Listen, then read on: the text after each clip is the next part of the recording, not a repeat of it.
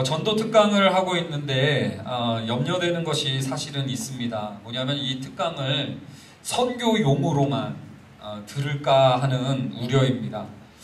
전도라고 이렇게 얘기를 하면 이걸 성과나 과업으로 이렇게 제쳐놓고는 특별한 누군가 몇 사람들만의 일처럼 이렇게 여기는 지체들이 성도들 가운데 참 많이 있지 않은가라는 생각이 들어서 그래요. 그러나 여러분들, 제가 지금 전도 특강을 하는 이유는 선교를 위함이 아니라 여러분들 복음을 전해야 될 대상, 복음을 전해야 될 첫 번째 대상이 필요하다면 그건 바로 나 자신에게 날마다 복음을 전해야 할 이유가 있고 의미가 있기 때문에 복음을 어떻게 소개하고 어떻게 이야기하고 이걸 통해서 나에게 날마다 어떻게 복음을 전할 수 있을지를 여러분들이 함께 고민하는 시간이 되기를 바라는 것이죠. 왜 이게 필요하냐면요, 우리가 주로 이렇게 생각합니다. 예수를 처음 믿을 때는 복음으로 예수 믿고 예수 믿은 다음에는 이제 내 힘으로 그 은혜를 갚아간다라고 생각하는 성도들이 참 많아요. 의외로 많아요. 그러나 여러분들, 복음은 우리가 예수 믿을 때만 필요한 게 아니라 예수 믿고 난 수십 년이 흘러도, 심지어는 목사가 되어도 지금 저에게 필요한 것은 복음이기에 여러분들, 복음을 날마다 자신에게 좀 증거하고 전할 필요가 있다는 것입니다. 복음을 전하지 않고 내 스스로의 힘으로 신앙생활 하려고 하는 분들, 여러분들 두 가지 덫에 걸릴 수밖에 없어요. 자기 스스로의 힘으로 이렇게 해나가려는 신앙생활은요, 좋은 날에는 자기의라는 덫에 빠집니다. 그래서 나는 이렇게 하는데 왜 쟤네는 못할까? 그러면서 내가 한 게 얼만데 하나님은 나한테 특별한 사랑을 안 주시나 하며 하나님에 대한 서운함을 점점 키워갈 거예요. 또요, 자기에게 복음을 전하지 않으면 어떻게 되냐면 자기의라는 덫만이 아니라 나쁜 날이 있을 거예요. 여러분들, 열심히 하는 날도 있지만 어떤 때는 지치고 실패하고 연약해지는 날에는 죄책감과 정죄감이 몰려들어서 하나님이 나 같은 사람한테는 무슨 은혜를 주실까라는 기대도 못하고 소망도 갖게 하지 않습니다.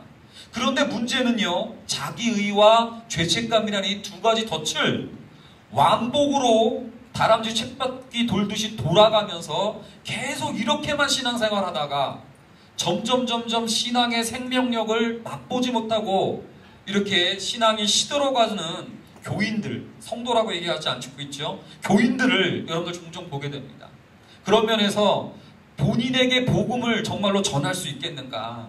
이런 관점에서 오늘 설교를 들으셔서 이 지금 우리가 다루고 있는 작업, 이것이 국내 선교용이 아니라 여러분들에게 이상훈 목사가 평생의 신앙을 위한 선물로서 드리는 것이다 라고 생각하면 어떨까라는 생각이 듭니다.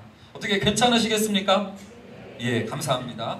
지난 시간에 우리는 그 전도하기에 앞서서 관계의 중요성에 대해서 이야기를 했습니다. 그래서 일상적인 대화를 통해서 경청하고 공감하고, 그리고 오늘 목사님 말씀처럼 여러분들 그 손에 달려있는 손을 바라보고 그 손에 쥐어져 있는 떡을 바라보는 게 우리가 관계 맺으려고 하는 목적이 아니에요.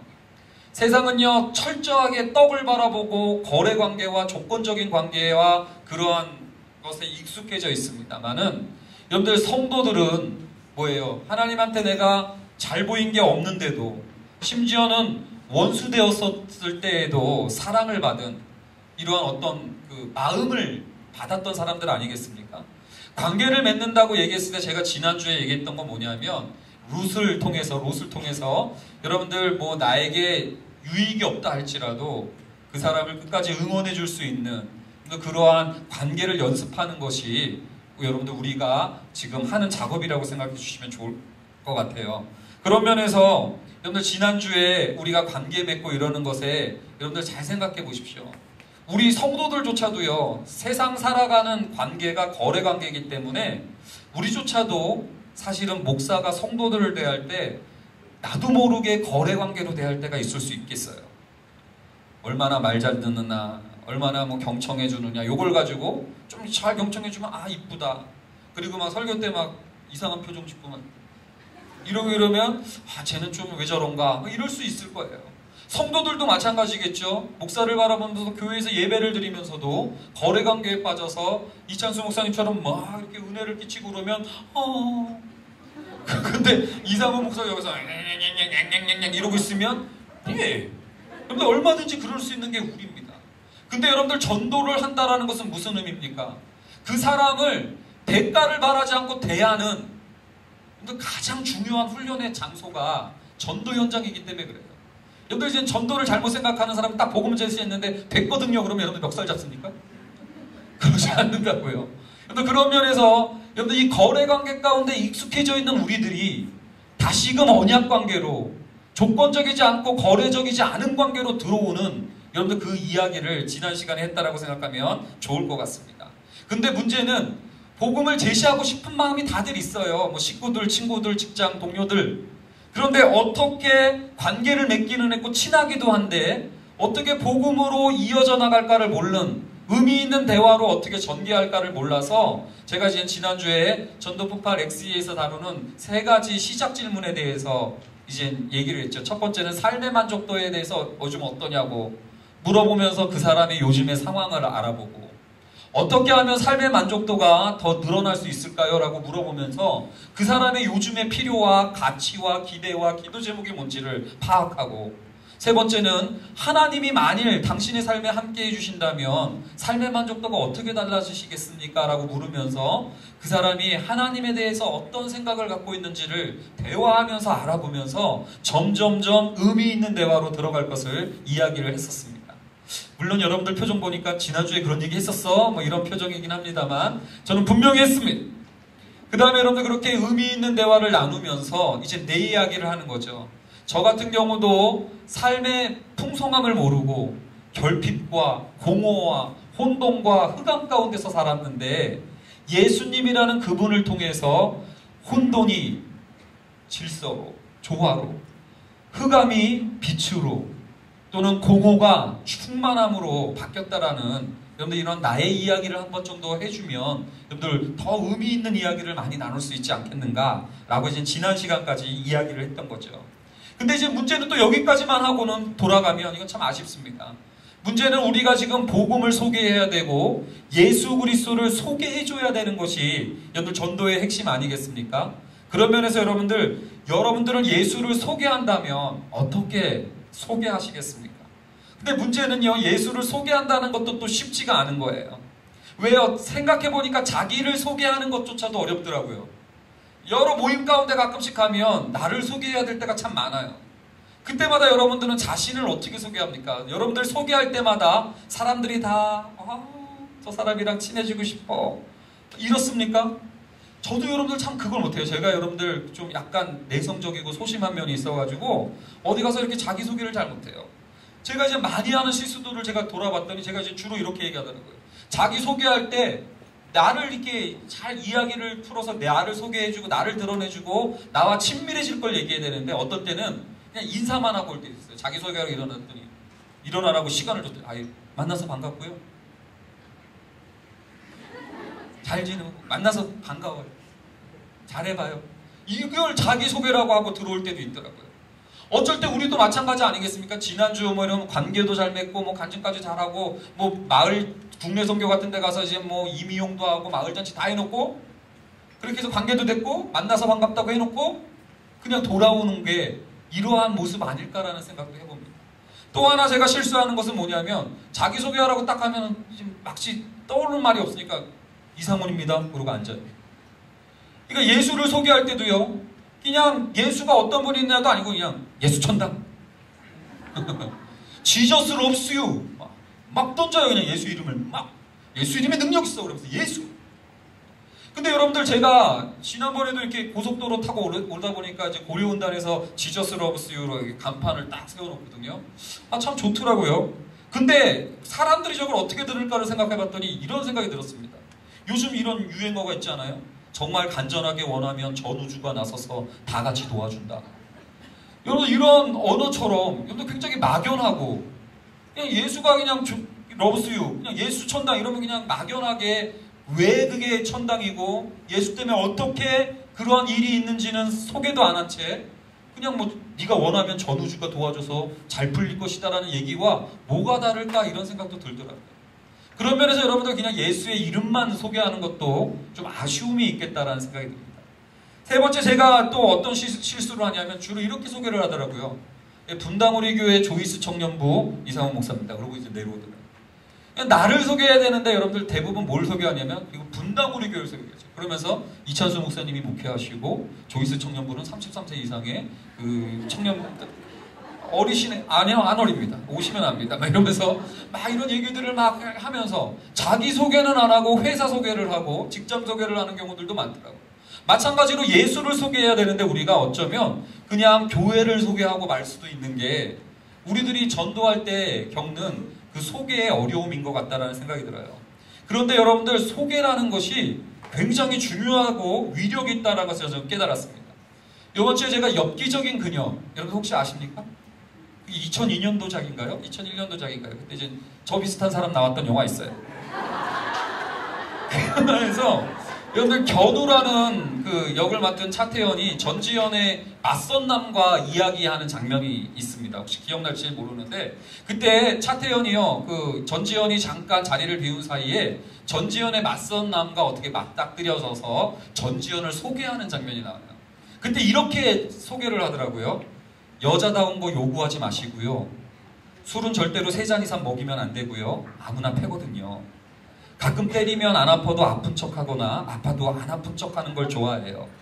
만난 지 100일 되면 강의실로 찾아가 장미꽃 한 송이 내밀어 보세요. 되게 좋아할 거예요. 가끔 유치장 가는 것도 감수할 수 있어야 되고요. 가끔 죽인다고 협박하면 정말로 죽을지도 모른다고 생각하세요. 가끔 다리가 아프다고 그러면 신발을 바꿔 신어주세요. 그리고 제 글 쓰는 거 좋아하거든요. 칭찬 많이 해주세요. 이런 전지현을 이렇게 소개를 해요. 그때 이제 신승훈이 I believe 이러면서 이 노래를 부릅니다, 여러분들. 그러면서 여러분, 이 장면이 딱 가는데, 엽기적인 그녀에 보면 이 자기소개를 전지현이 나중에 알고 그 둘의 견우와 그녀의 관계가 굉장히 급진전하는 장면을 보여줘요. 왜 그런지 아십니까? 소개라는 것은요, 누군가를 소개한다라는 것은 관계의 깊이의 척도기 때문에 그래요. 여러분들이 정말로 누군가를 내 입으로 소개할 수 있느냐? 그것도 그냥 아까 말했던 것처럼 그냥 반갑습니다, 이름만, 직장만 소개하는 소개가 아니라 그 사람은요, 유치장 간다고 그러면 진짜 죽는 줄 아세요? 뭐 이런 식으로 여러분들 이렇게 소개할 수 있느냐라는 것은 내가 그분과 어떤 관계에 있다는 것을 증명할 뿐만 아니라 내가 그 사람과 어떤 스토리에 엮여져 있는가를 가늠해 줄 수 있는 굉장히 중요한 척도라는 것이에요.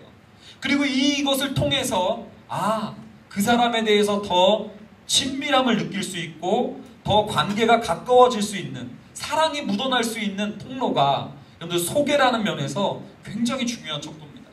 그런 면에서 여러분들 오늘 스스로에게 한번 물어보세요. 나는 예수를 어떻게 소개하고 있었나? 나는 정말로 예수를 어떻게 소개하고 있었나? 그분은요, 이런 걸 좋아하시고, 그분은 이럴 때는 이렇게 해주시면 참 기뻐하셨어요.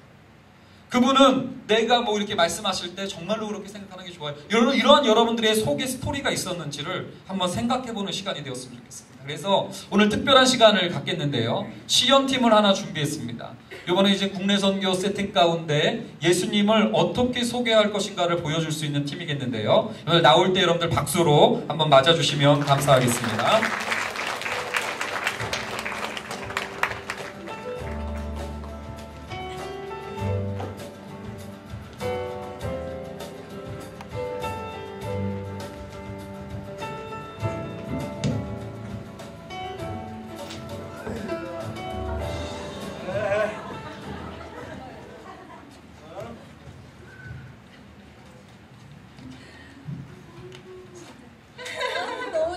말씀을 잘하세요, 어르신. 내가 좀 유머가 있어. 유머이네요. 그렇지. 아유. 무슨 얘기를 그렇게 재밌게 하세요? 아유 놀래라. 아유 목에다 그 뭐 그렇게 달고 왔어. 깜짝 놀랐어. 읍내 가서 질렀죠. 아유 놀래라. 읍내만 갔다 오면 그냥 목에다 이상한 걸 치렁치렁 걸고 와. 제가 부녀회장인데 이 정도는 해줘야죠. 왜 잘 어울리시는데요? 아유 놀랬어. 어르신, 어제 저희가 마을이 너무 예뻐가지고 사진을 몇 장 찍었거든요. 아유 그랬어? 아유 내가 요즘에 눈이 잘 안 보여. 아유 어디 보자. 아유 잘 나왔네. 아유 다음 장 볼까? 아유 잘났다. 어우, 근데 이 머리 긴 총각들은 누구야? 우리 동네 총각들이 아니야. 저인데요. 아, 아버님 이쁜 처자들한테 이렇게 얘기하시면 어떡해요? 다들 이쁘게 나왔네. 아유, 기야. 아유, 난 총각들인 줄 알았어. 아유, 놀래라. 아유, 이건 또 뭐야? 아유, 사진이 어떻게 찍을 때마다 달라. 아유, 요즘은 기계가 좋아요, 어르신. 아유, 기야. 아유. 어르신도 핸드폰 있으세요? 아유, 그럼 있지. 내가 보여줄게. 아유. 옆집에 김씨 할아버지가 얼마나 그 핸드폰 자랑을 하는지 내가 하나 장만해 드렸어. 아유, 그러니까 옆집에 김씨 할아버지가 아이폰인가 뭔가 샀어. 그래서 내가 아이폰 사달라고 우리 애미한테 얘기를 했더니 이걸 사가지고 온 거야. 이게 아이폰이 아니야. 애미야, 아이고 내가 가야지. 나 혼자는 뭐 안 가. 아이고 속상해. 아, 아버님 이게 더 좋아요. 아, 나 혼자는 못 간다. 아이고 속상해라. 아이폰인 줄 알았어. 그럼 어르신은 이 핸드폰으로 주로 어떤 거 하세요? 아유, 이거 뭐 핸드폰 쓸 거 있나. 옆집에 김씨한테 내기 바둑도 하고 전화도 하고 애미랑 언제 들어오나. 아유, 확인자 문자도 보내고 또 우리 손주들 사진도 찍어주고 그거밖에 못이야. 아, 아버님 서울 사는 작은 서방님 있잖아요. 그 서방님이 카톡도 보내주고 사진이랑 동영상도 보내주잖아요. 아유, 맞아. 있어. 그 분당인가 어디 사는 우리 상훈이 차태현 닮은 상훈이라고. 아유, 내가 맨날 그 아들내미 영상 찍어가지고 보내주거든. 지혜비랑 똑같이 생겼어 아주. 요즘 핸드폰이 진짜 좋죠. 아, 좋아. 아이고, 우리 어릴 때 이런 게 없었어. 그렇죠. 그래요. 그 아버님 칠순잔치 때 있잖아요. 그때 되게 큰 카메라로 찍고 그랬잖아요. 그렇지. 그런데 지금 이렇게 조그만 걸로도 잘 찍히더라고요. 아유, 세상이 너무 좋아졌어. 맞아요. 저희도 요즘 어디 갈 때 카메라 안 가지고 가고 핸드폰으로 사진 찍고 그러거든요. 그야. 어르신 여기 핸드폰이 있잖아요. 있지. 이 핸드폰에 제 말과 행동과 생각이 낱낱이 찍혀 있다고 생각해 볼게요. 그래야 내가 들어줄게. 네. 저도 제가 죄인이라고 생각하거든요. 그렇지. 어떤 사람이 저를 따라다니면서 제 말과 행동을 낱낱이 찍은 거예요. 아이고 무서워라. 어떤 놈이 그렇게 쫓아다니면서 찍었어. 아니, 그 사람 스토커 아니에요? 그러니까 요즘에 TV에 막 나오고 그러더라고. 무서워. 쫓아다니는 사람 없어요. 그렇지. 아유, 내가 아무리 봐도 쫓아다닐 것 같지가 않은데 아유, 내가 깜짝 놀랐어. 아유. 네, 실제로 쫓아다녀서 찍은 게 아니고요. 그런 사람이 있다고 가정을 해보는 거예요. 아유, 깜짝 놀랐어. 계속 이어봐. 네. 이 핸드폰에 제 말과 행동이 낱낱이 찍혀 있는 거예요. TV야 빨아보들이야. 잘 들어주세요. 알았어. 이 손을 저라고 생각해 볼게요. 그리고 이것은 제 삶이에요. 제 위에 제 삶이 놓여 있는 거예요. 하나님은 여기 하늘에 계세요. 하나님은 우리와 함께 하시기를 원하세요. 하나님은 저는 사랑하시지만 저의 죄는 미워하세요. 그래서 하나님과 우리는 친밀한 관계가 될 수 없는 거예요. 그렇지. 나한테 죄 지은 사람하고는 친해질 수가 없겠지. 그래야 우리 막둥이도 어릴 때 얼마나 말썽을 피우는지 내가 아무리 사랑해도 벌 주고 그랬어. 차태현 닮은 그 상훈이 내가 벌 많이 줬어. 맞아요. 그래. 근데 하나님은 우리와 함께하고 싶으셨거든요. 그래서 하나님은 우리 이 땅에 예수님을 보내주셨어요. 예수님은 우리가 느끼는 희노애락을 다 느끼며 사셨지만 죄를 짓지는 않으셨어요. 예수님은 안전한 삶을 사셨고 아무 죄를 짓지 않으셨기 때문에 우리 죄를 대신 담당하실 수 있으셨던 거예요. 예수님은 우리 죄 때문에 십자가에 돌아가셨어요. 그리고는 부활하셔서 다시 하늘로 올라가셨어요. 그래서 우리는 예수님이 주시는 풍성한 삶을 살 수 있게 된 거예요.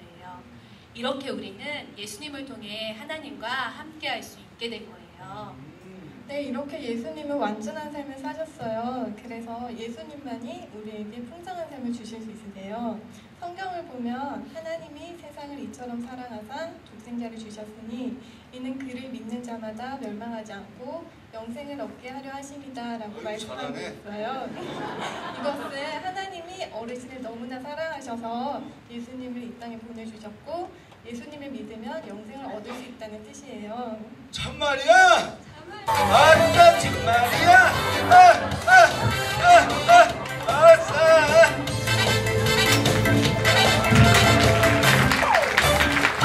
예, 우리 수고한 팀에게 또 박수로 좀 격려해 주시면 감사하겠습니다. 지금 좀 전에 시연팀을 통해서 여러분들에게 보여드렸던 거는 그겁니다. 예수 그리스도를 소개한다고 그럴 때 많은 사람들은 설교를 생각하고 강의를 생각하고 어떤 신학적인 뭔가를 통해서 소개를 해야 된다는 이런 관념을 갖고 있습니다만은 좀 전에 보면 핸드폰을 가지고 그죠? 그리고 손동작을 가지고 이렇게 예수 그리스도에 대한 이야기를 잘 소개해 주는 장면을 여러분들이 좀 볼 수 있었습니다. 그래서 제가 여러분들 좀 전에 이제 시연팀이 이렇게 그 이야기로서 복음 제시한 것을 조금만 좀 보충해서 제가 한번 좀 더 가시적인 모습으로 여러분들 한번 꾸며봤습니다. 그래서 한번 제가 만들어 본 거라서 아직은 좀 거칠거칠하기는 합니다만 한번 잘 살펴보시면서 예수를 어떻게 소개하는가를 한번 잘 들어봐 주시면 좋을 것 같아요. 여기 이 의자가 하나 있는데요. 이 의자를 여러분들 나라고 한번 저라고 이제 상상을 해보시는 겁니다. 그리고 이제 대단히 죄송하지만 저는 여러분들 이제 생긴 건 이상훈이지만 저를 하나님이라고 한번 생각해 보세요. 하나님이 처음에 이렇게 의자를 나라는 의자를 만드시고 참 깨끗하게 잘 지어주셨어요. 그리고 이 의자 위에 하나님이 이렇게 친밀하게 다 이렇게 앉으시면서 저와 이렇게 함께 연합해서 편안함도 누리게 하시고 즐거움도 누리게 하고 쉼도 얻게 하시고 풍성한 삶을 살도록 하나님께서 이렇게 창조해 주셨습니다. 우리는 이제 성도들로서 어느 정도 다 그것을 믿고는 있는데 희한하게 교회 다니는 사람들도 이 풍성함을 누리지 못하는 거예요. 왜 이 풍성함을 누리지 못할까 이렇게 생각을 해봤더니 이 하나님이 전능하시고 아버지 되셔서 우리에게 다 주신다라고 약속을 믿고 있고 예수는 당신을 사랑합니다 하는데도 우리는 그 풍성함을 누리지 못해요. 여전히 혼돈에 빠져 있고 그래서 뭐가 뭔지 모르고 그 갈등하고 앞날이 꽉 막힌 것처럼 흑암 가운데 있기도 하고 결핍과 부족과 늘 공허함으로 시달리기도 하고 이런다는 것이죠. 자, 왜 그런가 생각해 봤더니요. 성경은 그것이 바로 나라는 이 의자가 저지르고 있는 죄 때문이라고 얘기를 합니다. 여러분 이거 보이십니까? 이걸 제가 뭘 준비했냐면 좀 더 큰 걸 준비했어야 되는데 나사못이에요. 이걸 한번 죄라고 한번 생각해 봅시다. 이게 나라는 의자였는데 내가 하지 말아야 될 것들을 하면서 관계를 무너뜨렸던 것들이 많았어요. 또요, 해야 될 일들이 있었는데 안 해서 또 사람들을 또한 서운하게 하고 섭섭하게 하면서 관계를 깨뜨렸던 적도 많이 있었습니다. 뿐만 아니라 내가 행동으로 저지른 죄만이 아니라 여러분들 내가 입술로 생각으로 마음으로도 많은 죄를 저지르면서 사람들과의 또는 하나님과의 관계가 무너졌던 적도 많이 있었어요. 그리고요, 여러분들 그뿐만 아니라 또한 내가 도덕적으로 잘나고 선했을 때는 굉장히 세련된 죄를 짓기도 했죠. 다른 사람들을 정죄하고 판단하고 멸시하면서 또 죄를 졌어요. 그뿐만 아니라 더 심각했던 건 하나님이 나에게 베풀어 주셨던 모든 풍성함과 은혜들을 하나도 감사하지도 않고 그 하나님의 은혜와 이런 것들을 다 멸시하면서 제가 이러한 인생을 살아왔던 것을 보게 됩니다. 그러면서 하나님이 다 아들을 주신다고 해도 나는 이게 죄예요. 뭐 그딴 하나님이 있어 이러면서 살아왔던 게 여러분들 저의 삶이었던 것 같습니다. 이런 저라는 의자에 이러한 죄가 얹혀지자 하나님이 여기에 못 앉으시는 거예요. 하나님이 이 의자에 앉지를 못하는 거예요. 오히려 내가 하나님을 계속 밀어내고 있었던 거예요. 죄가 하나님을 밀어내고 이러면서 하나님과의 간극을 두고 이럴 때로는 그러면서도 교회와 종교의 힘을 빌려서 그래 내가 죄인인 거 인정해 그래도 열심히 그래도 남들보다 도덕적으로 살면 막 닦았어요. 그리고 남들보다 종교적으로 더 열심히 살아가면 막 닦았어요. 그러면 하나님이 다시 함께 해주시지 않겠나 생각하면서 여러분들 막 열심히 뭔가를 해봤어요. 나 혼자의 힘으로. 그런데도 여러분들 여태까지 이런 남아있는 이러한 죄들 그래 좋습니다 여러분들. 회개해서 하나 없앴다고 해요. 다른 사람과 사과를 받아서 이런 것도 없앴고 다 없앴는데 여전히 도덕적이고 종교적인 삶으로 내가 스스로 노력을 해왔음에도 불구하고 여전히 여러분들 이곳에 남아있는 이 못 때문에 하나님은 다시금 나와 이렇게 앉을 수가 없는 이런 상황에 빠져 있는 것이지. 하나님은 저를 사랑하셔서 나와 함께하고 싶지만 여기 위에 있는 죄는 하나님께서 벌하셔야만 하기 때문에 저는 이렇게 심판을 당해야 할 존재였던 것입니다. 그런데 여러분들 이러한 상황이 계속 오래되면서 하나님과의 그 친밀함을 누리지 못한 채 도덕적인 노력도 해봤고 종교적인 노력도 해봤는데 하나님과의 친밀함은 누리지 못한 채 늘 혼돈과 결핍과 공허 그리고 뭐 풍성한 삶 이런 것들이 나에게 와닿지도 않는 삶을 살아왔던 거예요. 그런데 이러한 우리를 내버려두지 아니하시고 하나님이 아이고 무거워라. 하나님이 하늘에서 나와 똑같이 아들 독생자 예수 그리스도를 똑같은 모양으로 이 땅에 보내주신 것이죠. 하나님이신 그분이 나와 똑같은 인간이 나와 똑같은 의자가 되셨다라는 사실입니다. 그리고 그분이 나를 대신하기 위해서 나와 똑같은 삶을 사시면서 인생의 희노애락을 다 경험하시고 또 그분도 죄의 유혹이 있어서 하지 말아야 될 일들에 대해서는 안 하시고 해야 할 일들에 대해서는 하시고 또한 입술로 마음으로 생각으로도 죄를 범하지 않으시고 또한 하나님에 대해서 멸시하지도 않고 그분께 영광 돌리는 삶을 죽기까지 하심으로 죄 없는 삶을 그분이 나를 대신하셔서 똑같은 모양으로 오셔서 이렇게 살아가신 모습을 여러분들 저는 알고 있습니다. 만약에 그분의 삶 가운데 죄가 하나만 있었더라도 그분의 삶 가운데 죄가 하나만 있었더라도 그분도 역시 하나님과 이렇게 같이 앉을 수가 없었을 거예요. 그러나 그분은 죄가 하나도 없었기 때문에 만약에 죄가 하나라도 있었으면 그분은 자기 죄 때문에 죽어 마땅했었지만 그분이 여러분들 죄가 하나도 없었기 때문에 내가 갖고 있는 모든 죄들을 대신해 줄 수 있는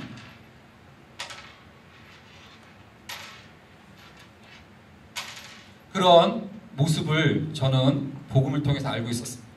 그런데 여러분들 나와 나의 죄를 함께 다 대신하시면서 그분이 하셨던 건 뭐예요? 십자가에서 하나님이 우리의 범죄함 때문에 이 예수 그리스도를 십자가에 내주셨죠.